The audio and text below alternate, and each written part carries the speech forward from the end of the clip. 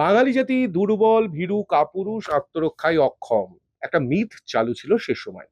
সেই মিথকে ভাঙলেন যারা, তাদের মধ্যে এই ব্যক্তি অন্যতম। তার সঙ্গে কলকাতা কানেকশন খুব সামান্য। তিনি শ্যামাকান্ত বন্দ্যোপাধ্যায়। লোকে তাকে চিনত ব্যাঘ্রবীর শ্যামাকান্ত নামে। 1858 সালে ঢাকায় জন্ম এই বঙ্গ সন্তানের। ছোট থেকেই পড়াশুনোর থেকে শরীর চর্চার ওপর ঝোঁক ছিল বেশি। পড়াশুনো করতেন ঢাকা কলেজিয়েট স্কুলে।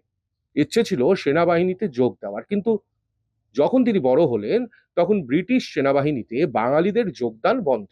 চেষ্টা করলেন কোনো রাজার সৈন্যদলে যোগ দেওয়ার, তাও হলো না। একবার আগরতলায় বেড়াতে গিয়ে ত্রিপুরার রাজা বীরচন্দ্র মাণিক্য বাহাদুরের নজরে চলে এলেন তিনি। লম্বা চওড়া সুঠাম স্বাস্থ্য। রাজা তাকে নিযুক্ত করলেন তার দেহরক্ষী হিসেবেই। একবার রাজার সঙ্গে শিকারে গিয়েছেন, সে সময় বাঘ তাদের আক্রমণ করলো। বিনা অস্ত্রেই তিনি বাঘের সঙ্গে লড়াই করতে শুরু করে দিলেন। ঢাকার লক্ষ্মীবাজারের অধর ঘোষের আখড়ায় যে তার কুস্তির প্রশিক্ষণ, একাই খেয়ে নিতে পারতেন 2 মণ দুধের মালাই। কুস্তিতে হারাতেন তখনকার নামী পালোয়ানদের। যাই হোক, বাঘ শেষ পর্যন্ত পারল না, লেজ গুটিয়ে পালিয়ে গেল। আর শ্যামাকান্ত ব্যাঘ্রবীর হিসেবে খ্যাতি অর্জন করলেন। সেটাই শুরু।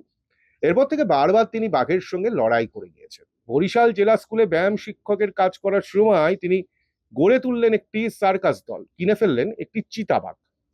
খাঁচায় ঢুকে চিতাবাঘকে বশ করতে গেলেন। চিতাবাঘটাকে ক্ষতবিক্ষত করে দিল, কিন্তু তাতে কি, তাতেও হার মানলেন না তিনি। 2 মাসে বসে এলো হিংস্র প্রাণীটি। শ্যামাকান্তের সার্কাস দলের কথা তখন বেশ ছড়িয়ে পড়েছে।